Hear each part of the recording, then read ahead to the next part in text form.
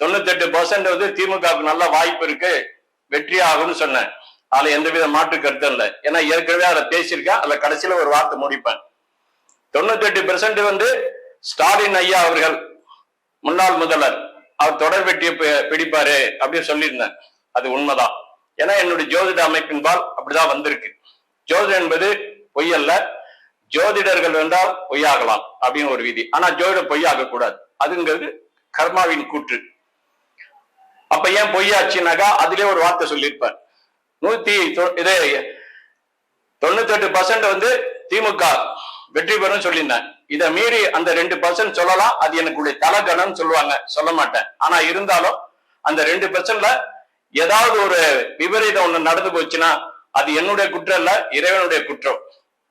அதனால இதுதான் ஜோதிடம், இதுதான் கர்மா அப்படின்னு யாராலையும் சொல்ல முடியாது. இதுதான் விதி. அதனால 98% வந்து திமுக ஜெயிக்கும் கண்டிப்பா சொன்னேன். அது இருக்கும் பாருங்க. அதை மீறி ஒரு 2% நடந்துன்னா எதிர்பாராம ஒரு துர்பலம் நடந்தா அதுக்கு என்னுடைய குற்றம் இல்ல, இறைவனுடைய குற்றம். நானும் சாதாரண மனுஷன் தான், நான் கடவுள் இல்லை. எனக்கும் மன உணர்வு இருக்கு, எனக்கும் உணர்ச்சிகள் உண்டு, நானும் மனுஷன் தான் அப்படின்னு சொல்லி கொடுத்திருந்தேன்.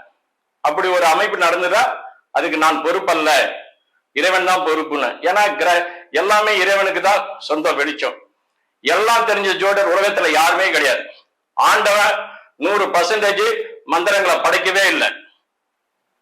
ஆண்டவன் ஒரு மனிதனை 100% அவன் நல்லவனா இல்ல, 75% தான் ஒரு நல்ல மனிதன். மீதி 25% அவன் செய்த புண்ணியங்கள் அவனோட தொடர்பு கொண்டால் அவன் இறைவனடி சேருவான். இதான் விதி. அதுதான் பிறவி கடல் பெருங்கடல் நீந்துவார் நீந்தாதார் இறைவனடி சேராதார்னு இதுதான் அமைப்பு. அப்படி நான் வந்து இவரை சொல்லியிருந்தேன். அது எதிர்பாராத விதமா ஒரு அமைப்பு உருவாச்சு.